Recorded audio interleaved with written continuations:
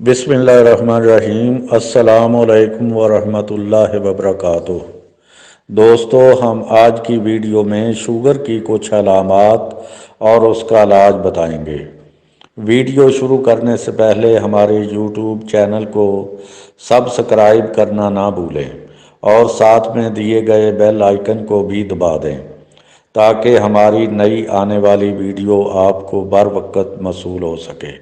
Sugar की कुछ अलामात: प्यास का ज़्यादा लगना, पेशाब वगैरह ज़्यादा आना, जिस्मानी वज़न में कमी, कमज़ोरी और भूख का एहसास, हर वक्त आपको थकावट का महसूस होना, थोड़ी थोड़ी देर बाद मजाज का बदलना और चिड़चिड़ापन का आना, देखने में धुंधलाहट महसूस करना, इब्तदाई सतह पर आँखों के लेंस मंजर पर पूरी तवज्जो मरकूज़ नहीं कर पाते क्योंकि आँखों में ग्लूकोज की मकदार बढ़ जाती है, जिसके नतीजे में आर्जी तौर पर इसकी शनाख्त और शेप भी बदल जाती है।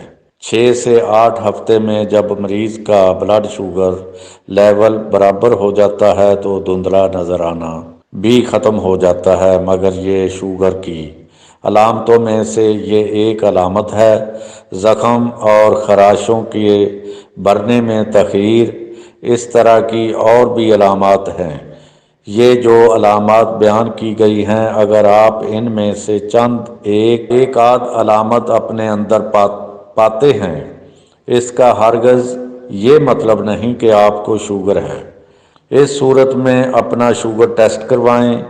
शुगर का इलाज: बरग नीम 10 ग्राम, गुड़मार 10 ग्राम, चाकसू 10 ग्राम, चरायता 10 ग्राम, खुशक करेले 10 ग्राम, पनीर टोडी 10 ग्राम, जौ तलख 10 ग्राम, तुम्मे 2 ग्राम का सफ़ू बना लें। मकदार खुराक: 6 माशे सुबह शाम खाने से पहले हमरा पानी के इस्तेमाल करें।